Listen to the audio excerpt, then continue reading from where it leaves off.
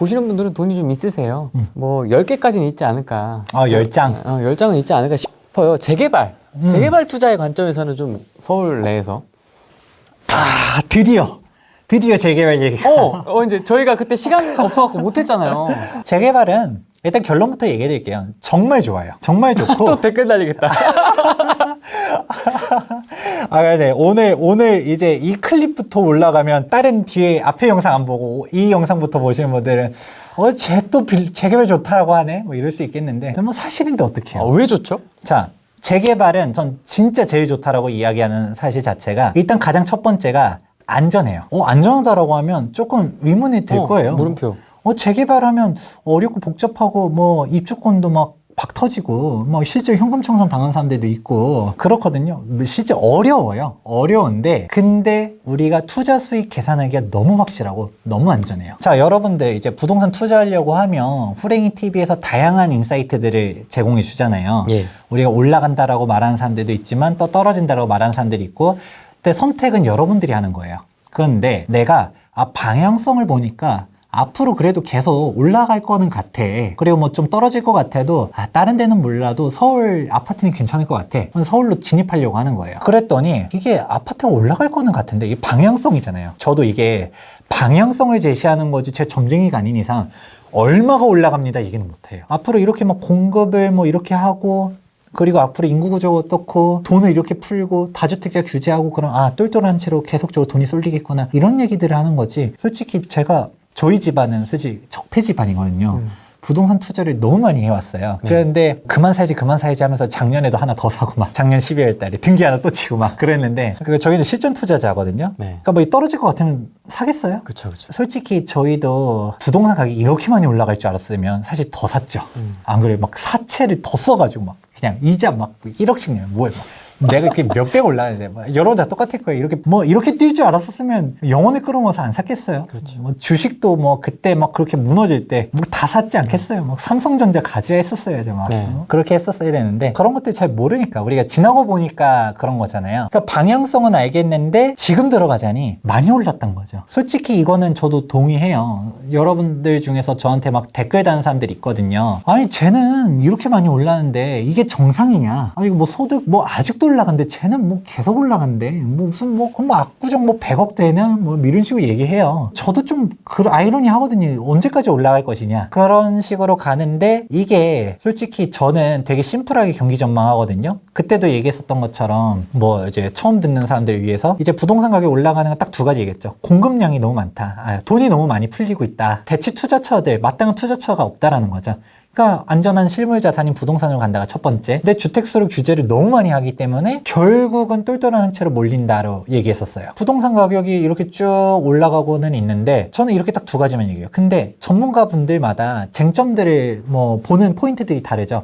어떤 전문가님은 인구 구조를 많이 중요하게 생각하고 어떤 전문가님은 직장, 교통, 뭐 학군 뭐 이런 식으로 갖다가 뭐 쭉 많이 얘기하잖아요. 근데 솔직하게 말해서 3년 전이랑 지금이랑 서울의 일자리가 뭐 엄청 늘었나요? 그건 아니지 않을까요? 그렇죠. 무슨 교통이 뭐 엄청나게 달라졌나요? 아니에요. 그대로예요. 뭐 솔직히 뭐 3년 전인 지금이랑 뭐 경기는 더 안 좋으면 안 좋았지 뭐 그렇게 뭐 좋아질 게 있나요? 오히려 뭐 상권들은 지금 코로나 돌아서 다 아작나고 있고 되게 어려워요. 그런데도 불구하고 집값은 이렇게 올라가서 너무 많이 올랐다라는 건 솔직히 맞아요. 저도 이렇게 올라갈 줄은 몰랐어요. 근데 올라갔지만 더 올라갈 방향성이란 거를 저 보고 있는데 이게 방향성은 맞는데 사실 돈이 이제 많은 사람들은 있어도 이게 한계가 있다라는 거죠. 그러면 지금 마포도 20억 막 성동구도 20억, 뭐 용산은 좀 더 비싸죠. 근데 막 지금 강남 우리가 잠실은 막 25억 막 넘어가고 반포 35억 하고 압구정 막 요즘 뭐 얼마예요? 막 40, 50 뭐 이러잖아요. 야, 그러면 이게 우리 집 1, 2억 올라간 거 되게 쉽게 얘기하는데 막상 따져보면 되게 좀 그렇거든요. 지금 저기 노원구도 무시할 게 못 돼요. 노원구 뭐 상계 4구역, 상계 센트럴 푸르지오 여기가 33평이 10억이 넘어갔거든요. 상계 주공 8단지, 포레는 노원 뉴스에 많이 떴잖아요, 작년에. 왜냐면 보류지 입찰했을 때 33평형을 13억 6천만 원에 낙찰이 됐었거든요. 그러면 노원구도 신축 아파트 14억 시대다. 우리는 이런 세상에 살고 있어요. 우리가 14억에 매수를 했어요. 14억에 샀는데 14억이면 한 얼마 정도 더 올라갈 거 예상했잖아요. 뭐 후랭이님은 14억에 아파트를 샀으면 한 얼마 정도 더 올라가야 만족할 것 같아요? 그래도 노원에 있는 14억짜리요? 네. 그래도 한 2, 3억은 더 가야. 2, 3억은 가요. 왜냐면 나도 취득세만 해도 몇 천만 원 됐고, 뭐 세금도 내고 있고, 우리가 뭐 2년 실거주에서 비과세 받으면 뭐, 이거 비과세 받아도 9억까지가 100% 비과세지, 9억 초과분은 또 세금 내거든요. 거주를 엄청 오래 해야 장특공 막 최대 80% 맞추고 그렇게 가는 건데, 그러면 사실 이것저것 생각하면, 그래도 2, 3억은 올라야, 그래도 뭐 좀 내가 사는 보람이 있지 않을까? 쉽게 얘기하죠. 그럼 이제 생각해보는 거죠. 노원구가 이제 17억이야. 그럼 마포가 지금 20억인데, 얼마일까요? 25억? 25억? 그럼 마포가 25억이야. 그럼 잠실이 지금 25억이잖아요. 얼마 될까요? 30억. 30억. 잠실이 30억 되면 반포는 얼마일까요? 폭발.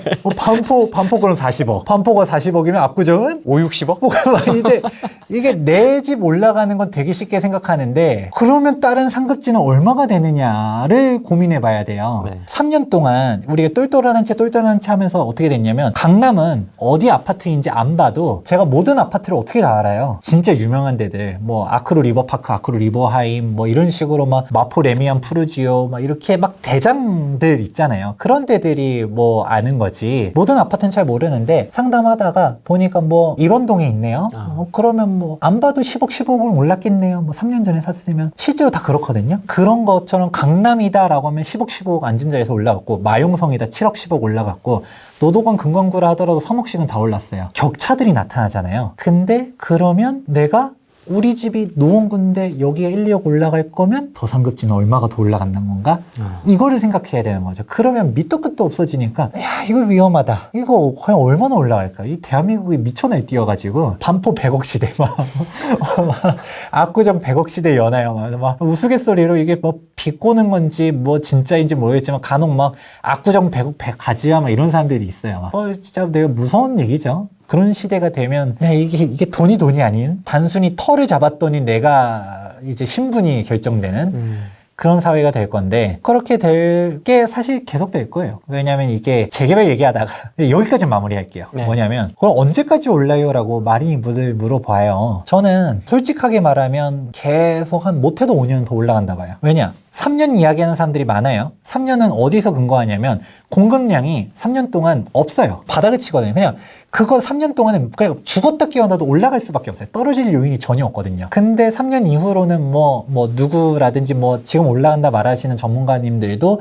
3년 후는 조금 위험할 것 같다라고 말하시는 분들이 되게 많고 그래서 저한테도 지금 사도 3년 뒤에 떨어지면 조금 뭐 아닌 거 아니에요? 라고 하는데 왜 저는 5년이라 말하냐면 저는 전망하는 가장 큰 틀을 두 가지로 봤잖아요. 이렇게 풍부한 유동성, 투자할 데가 없고 세금 규제인데 여기 경기가 솔직히 뭐 좋아질 것 같나요? 뭐 어려울 거예요. 계속 쉽지 않습니다, 지금. 돈 계속 풀고 있죠. 국가 예산이 500조를 돌파하고 그러고서 작년에도 추경 막 무슨 3차 추경, 4차 추경 이렇게 나가다가 지금 국가 예산 편성한 지 얼마나 됐다고 벌써 또 추경 얘기 나오고 있잖아요. 네. 돈이 아니에요. 이게 저는 정치 얘기는 1도 안 할 거예요. 저는 뭐 별로 정치 잘 몰라요. 근데 정치에 관심 없어도 현 정권이 돈을 어마어마하게 풀고 있다는 건 다들 알 거예요. 이렇게 올라왔잖아요, 유동성. 돈을 엄청나게 풀고 있어요. 그러니까 돈의 가치가 떨어지는 거죠. 제가 이제 상담 받으시는 고액 자산가 분들 보다 보면 뭐 민주당을 지지하시는 분들도 되게 많아요. 그래도 뭐 민주당 지지하고 뭐 보수 정당 지지하고 이게 중요한 게 아니에요. 그냥 내 재산을 지키자가 1번이에요. 맞습니다. 그래서 저는 정치 얘기를 1도 안 하는 게 어떻게 고객이 될지 모르니까. 저는 그런 얘기는 뭐 세간격 낄 필요가 없는 거죠. 뭐 그렇게 가서 다 이제 저는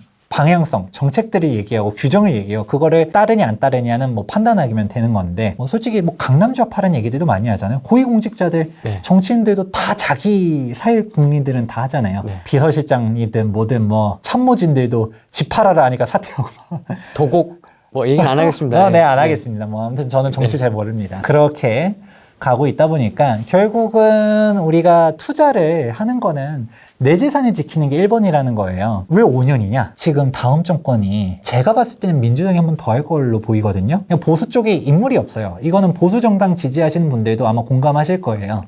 보수에 사람이 없어요. 이렇게 뽑아줄 사람이 없어요. 뽑아줄 사람이. 그러니까 그냥 보수 개판 치고 있잖아요. 뭐 그거는 다 공감할 거예요. 그러니까 솔직히 대권 주자가 없어요. 그래서 다음 정권도 민주당이 한 번 더 할 거라고 보고 있는데 그럼 플러스 5년이에요. 뭐 아직 임기 한 2년 남았죠? 1년? 1년 정도 남았나요? 아직 2년은 만 2년 안 남은 것 같고 뭐 한 1년? 그래서 1년 좀 넘게 남은 것 같은데 그럼 뭐 거의 한 6년? 왜 이걸 제가 자신 있게 얘기하느냐? 지금 시청자분들께서 저보다 뭐 부동산 세금이라든지 뭐 도정법이라든지 뭐 부동산적인 지식 뭐 이쪽에서는 더 많이 알고 계시는 분들도 물론 있겠지만 조금 뭐 덜 알고 계신다 하더라도 뭐 조금 잘 모르시겠죠, 저보다. 근데 정치라든지 이쪽 분야는 저보다 훨씬 더 많이 보셨을 거예요. 제가 되게 좀 어리잖아요, 그래도. 그렇죠, 그렇죠. 그런데 정치를 수없이 보시면 나오는 게 국회의원들이 법을 막 여야가 첨예하게 대립되는 내용들을 누구는 입법하려고 누구는 뭐 안 된다 막는다 해도 입법하기도 어려운데 법률을 폐지한 적 보신 적 있나요? 특별히 이렇게 머릿속에 남는 건 없는 것 같아요. 없을 거예요.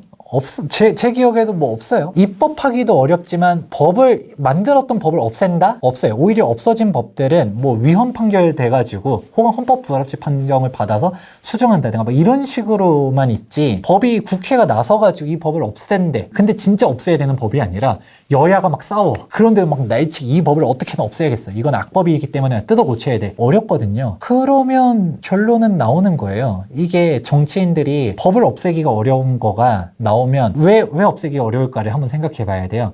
입법을 본인들이 했잖아요. 본인이 폐기 처분한다는 거가 그 법에 동의한 삼성 국회의원, 사성 국회의원들이 있을 거 아니에요. 그때 당시 찬성표를 던졌던 사람들이 내 잘못을 내가 시인하는 거예요. 그러니까 우리가 뭐 단통법 뭐 이런 것들 막 욕을 그렇게 많이 하고 뭐 그때 찬성표 던졌던 사람들 중에서도 이건 잘못된 것 같습니다. 뭐다 얘기해도 막상 안 없애잖아요. 맞습니다. 뭐 결자해지를 안 한단 말이죠. 그렇게 가고 있는데 자기 잘못을 자기가 온전하게 하기 어렵고 우리가 정치에서 자기 잘못을 인정하기가 정말 어려워요. 그러면 이제 나오는 거죠. 지금까지 서울 집값이 계속 올라가는 거는 저는 정책이 잘못됐던 얘기들 계속 해왔잖아요. 수요 억제 정책은 양극화를 불러온다가 핵심이거든요. 이것 때문에 서울 집값이 계속 올라가는 거는 알고 있어. 근데 이거를 풀려고 해요. 풀려고 했더니 그건 다주택자 규제를 풀어야 되거든요. 솔직히 풀 수 있을까요? 못 풀죠. 못 풀어요. 왜 못 푸냐? 이 정치인들도 이제 이걸 안 거예요. 이것 때문에 서울 집값이 올라갔구나.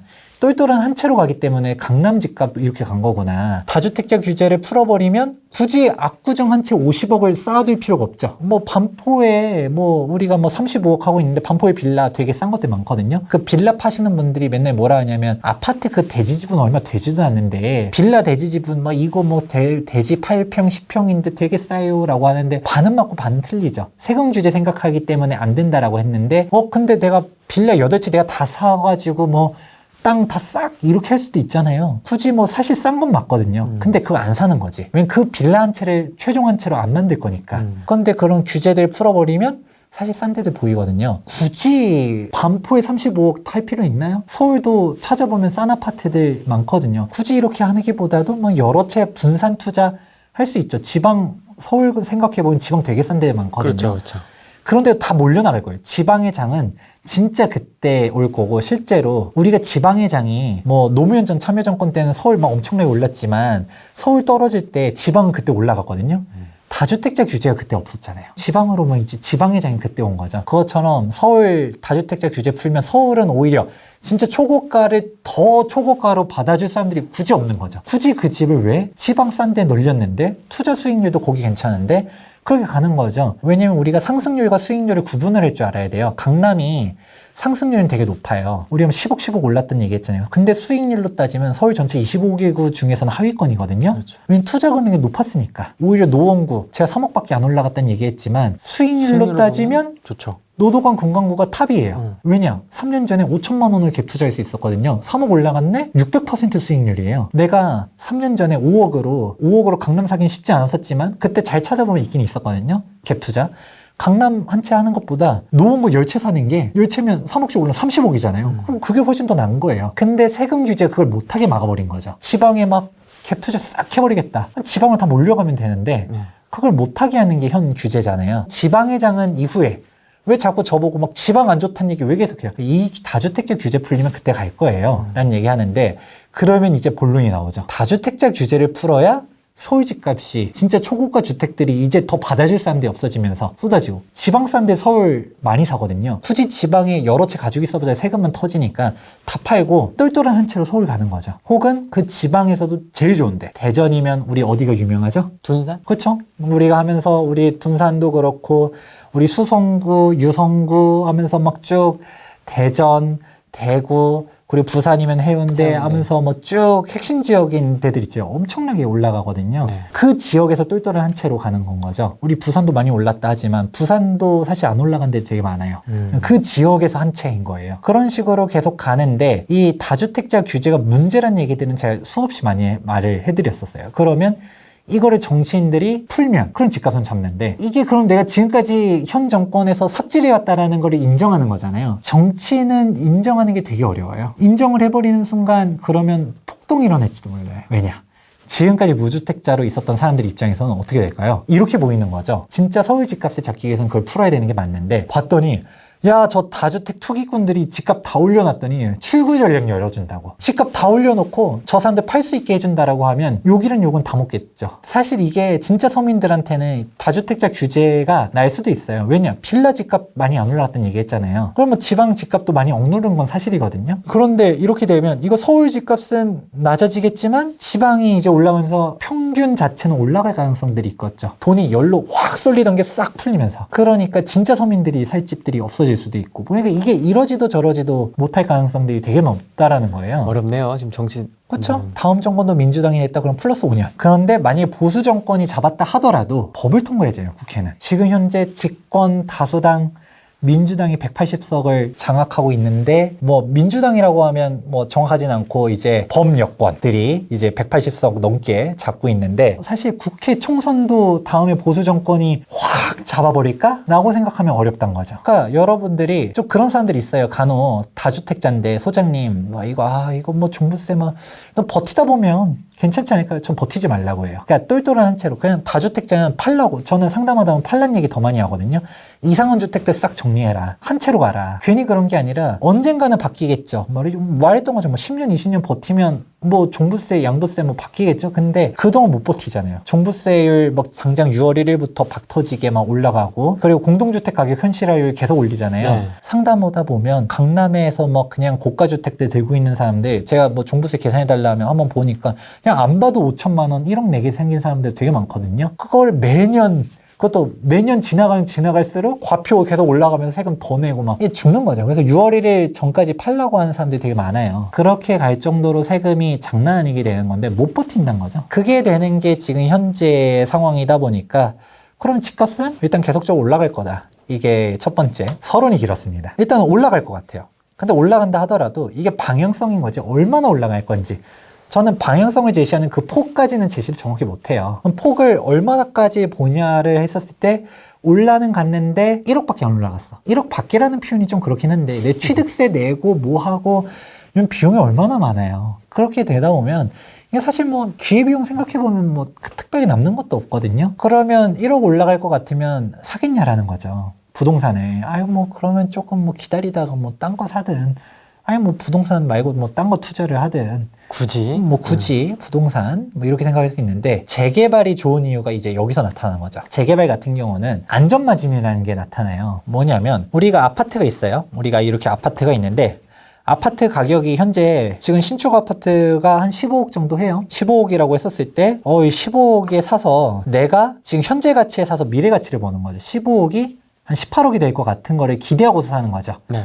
그럼 3억이 올랐네 하면서 그렇게 보고서 사는 거지, 뭐 3년, 5년, 8년 지나갔는데 15억 계속 그대로다. 그럼 안 사겠다가 첫 번째였잖아요. 재개발 같은 경우는 얘가 1원도 안 올라가도 돈을 번다는 거예요. 지금 현재 내가 투자 금액은 뭐 한 5억 정도 들어가고 뭐 추가 분담금까지 납부하고 뭐 해서 3억 정도 냈다고 쳐요. 그래서 현재 총 매매 가격이 입주할 때 시점에 내가 한 8억 들어가는 물건이 있어요. 뭐 좀 너무 싼가? 좀 더 높여볼까요? 한 5억 총 10억 들어가는 물건이 있어요. 네. 총매가가 10억인데 인근 신축 아파트가 15억이야. 그러면 안 봐도 5억은 벌겠다가 눈에 보이겠죠. 이거는 이 신축 아파트가 1원도 안 올라가도 번다는 거예요. 그러면 그냥 시간만 지나가면 5억 벌겠네? 이게 가장 기본적인 거고요. 그래서 재개발은 우리가 현재 가치에서 현재 가치는 보더라도 투자 수익률이 보인다라는 거예요. 아파트는 현재 가치에서 미래 가치를 보고 가는 건데, 재개발은 현재 가치로만 보더라도 얼마 되겠다가 보이는 거고, 그러면 아파트는 오히려 진짜 우리 폭락론자 분들이 좋아하는 것처럼 진짜 떨어지면 어떡해요? 너무 비싸가지고 폭락할 것 같아. 근데 솔직히 떨어져도 얼마가 떨어지겠어요? 15억짜리가 뭐 떨어져 봤자 부동산만큼 하방 경직성이 심한 상품이었거든요. 그렇죠. 떨어져, 예를 들어 3억이 떨어졌다 칠게요. 3억, 뭐 15억짜리에 샀는데 12억이 돼버렸어. 그럼 뭐 피눈물 나죠. 아, 내 피 같은 3억. 나 이것도 돈이 다 있어서 산 게 아니라 대출이자 막 있고 막 그러잖아요. 아, 눈물 나. 그런데 재개발을 샀어요. 총매가가 10억이랬잖아요. 부동산 가격이 그렇게 무너져도 2억은 번단 거예요. 그리고 솔직히 2억만 벌겠어요? 이제 신축 아파트는 내가 되는 거죠. 지금의 신축은 기존 15억짜리 아파트인데 신축 아파트 타이틀을 옮겨오는 거죠. 가져오는 거죠. 그쵸. 우리가 또 알 수 있는 게 마포에서 제일 유명한 아파트 마레프. 근데 요즘 마레프보다 더 비싼 아파트가 있죠. 신촌그랑자이가 타이틀을 가져왔잖아요. 좋아. 신촌그랑자이가 훨씬 비싸요. 근데 마레프가 벌써 이제 좀 있으면 이제 10년 차 돼가거든요. 아, 벌써 그렇게 됐군요. 그쵸. 시간 금방 가죠. 신촌그랑자이가 딱 입주하고 마포에 그 전에도 신촌그랑자이 전에도 막 입주한 아파트들이 있었어요. 뭐 공덕에도 있고 뭐 하고 했는데 걔네들은 마레프의 아성을 못 뛰어넘었어요. 왜냐? 단지 세대수라든지 초육세권이라든지 그 상징성을 못 뛰어넘었는데 신촌그랑자이는 세대수도 얘네들은 크고 그 초육세권이고 대단지고 이렇게다 보니까 대장 타이틀을 빼앗아 온 거죠. 그러면서 이미 신촌그랑자이가 여기 입주하기 몇 달 전부터 마레프 가격대가 그냥 치고 올라가면서 그냥 1억, 2억 더 비싸게 거래되고 있었거든요. 그렇게 되는 것처럼 솔직히 이 가격이랑 똑같다라는 거는 기본이에요. 솔직히 얘보다 더 비싸질 가능성들이 더 높죠. 그리고 제가 앞서서 말했던 것처럼 15억에 샀는데 1억 밖이라는 표현이 좀 그래요. 1억이 뭐 니집 A이름도 아니고 이 15억짜리가 16억이 됐다라고 했을 때 그러면 내가 이거 16억만 낸다는 생각하면 취득세도 뭐 몇 천만 원, 내가 여기다가 대출이자 내고 뭐 하고 뭐 재산세 내고 뭐 종부세 내고 뭐 이런 거 생각해 보면 별로 뭐 그렇게 이득이 아닌데, 근데 오히려 이건 알파 값이란 거죠. 앞으로 경기 변화에 따른 올라가는 상승분은 알파 값으로 가져가다 보니까 나는 이미 안전마진 5억 깔고 갔어요. 근데 여기 있는 신축 아파트 가격이 한 2억이 올라갔네? 나 5억 벌 줄 알았는데 7억 벌어. 3억이 올랐네? 7억 벌 줄 알았는데 8억 벌어. 이렇게 가는 거죠. 그런 식으로 가지다 보니까 이게 여기서의 안전마진이 확실한 포인트 중 하나고, 또 재개발하면 사람들이 오래 걸린다라는 생각들 많이 하잖아요. 네. 오래 걸려도 상관없어요. 이런 얘기하면 미친놈 아니야라고 할 수 있어요. 10년, 12년 막 이렇게. 아니 뭐 재개발 당연히 아파트 받으려고 하는 거지. 오래 걸리면 안 돼. 사실 맞아요. 오래 걸리면 안 돼요. 근데 오래 걸려도 다 올라가요. 대표적으로 많이 오래 걸리는데 재개발 한번 보게 되면 어디가 있냐면 한남뉴타운. 한남뉴타운 솔직히 2000년대 초반부터 무슨 벌써 몇 년이에요? 20년이 20년. 제가 그래서 재개발은 딱 하나만 기억하라. 조합설립 인가 이후로 가라는 얘기를 많이 강조하는 게, 뭐 내가 재개발 전문가예요. 뭐 그러면 뭐 예정지 투자, 뭐 조합설립 인가 나도 뭐 여기 가도 되는데 70% 동의율 받았는데 이 5% 동의율 마저 모으는데 5년 걸린 데들도 있어요. 이게 동의율 75%가 되게 어려운 거예요. 그런 상황에서 이게 조합설립 인가가 났으면 어쨌든 간다는 거예요. 죽이 되든 밥이 되든 가요. 인허가 엄청 오래 걸려도 가긴 가요. 그런데 한남뉴타운 같은 경우 보면 뭐 8년 전에 조합설립 인가 난 구역도 있거든요. 그러면 얘네들 8년 동안, 보통 솔직히 8년이면 입주해요. 조합설립 인가 나고서 뭐 사업시 인가까지 한 2년, 사업시 인가부터 관리처분 인가까지 한 2년, 관리처분 인가 나면 입주까지 뭐 한 4년 해서 8년이면 입주하거든요. 근데 여기는 한남은 뭐 8년 동안 아직도 그 모양이야. 해도 우리가 집값은 얼마 올랐어요? 10억, 15억 올랐거든요. 왜? 반포가 10억, 15억 올랐으니까. 한남뉴타운은 반포 보면서 미래 가치를 보거든요. 반포가 35억이야? 그러면 우리도 완공되면 35억 하겠지? 그리고 더 비싸게 보는 사람들이 많아요. 한남동은 압구정 사람들도 인정하거든요. 왜냐면 진짜 재벌가 부촌들 살고 막 넘사벽 레벨이고, 한남동 하면 딱 갖는 그 이미지. 그 용산의 개발호재 얼마나 많아요. 그러니까 여기 또 한강을 남향으로 보는. 너넨 북향이지 이런다면서. 그쵸. 너넨 그 북향이지. 그러니까 야 뭐야 우리 한강 남향으로 본다 하면서 막 이제 그런 식으로 가거든요. 그러니까 한남동 되게 좋죠. 그러니까 그냥 35억 넘어갈 게 눈에 보이는 거예요. 근데 이 35억도 솔직하게 말했을 때 10년 전에도 여기 35억 될 거라고 생각하는 사람이 있었을까요? 반포가 그 가격이 아니었으니까. 지금 반포가 35억 하니까 한남동도 35억 하겠다 라고 하는 거잖아요. 그런 것처럼 반포 가격이 올라가면 한남뉴타운 가격도 올라가는 거죠. 그러니까 이게 알파 값이라는 게 되게 중요한 게, 완공되면 이게 우리가 비교 대상 단지 보면서 안전마진 잡고 있는데, 이 안전마진은 완공될 때까지 쭉 올라가겠죠. 사업시 인가하면서 올라가고 뭐 관리처분 인가하면서 올라가고 뭐 착공하면 올라가고 뭐 일반 분양하면 올라가고 쭉 단계들 걸칠 때마다 올라가는데 그게 멈춰 있다 하더라도 한남뉴타운 보면 몇 년 동안 그냥 그 모양 그 꼴인 데도 있어요. 그래도 몇 억씩 뛰죠. 사람들 보면 미쳤어. 거품이하지만 반포 가격이 계속 올라가잖아요. 그렇게 비교하는 거예요. 그래서 이 알파 값이라는 게 되게 중요한 게 재개발은 이렇게 올라가는 저렇게 올라가는 올라간다는 거죠.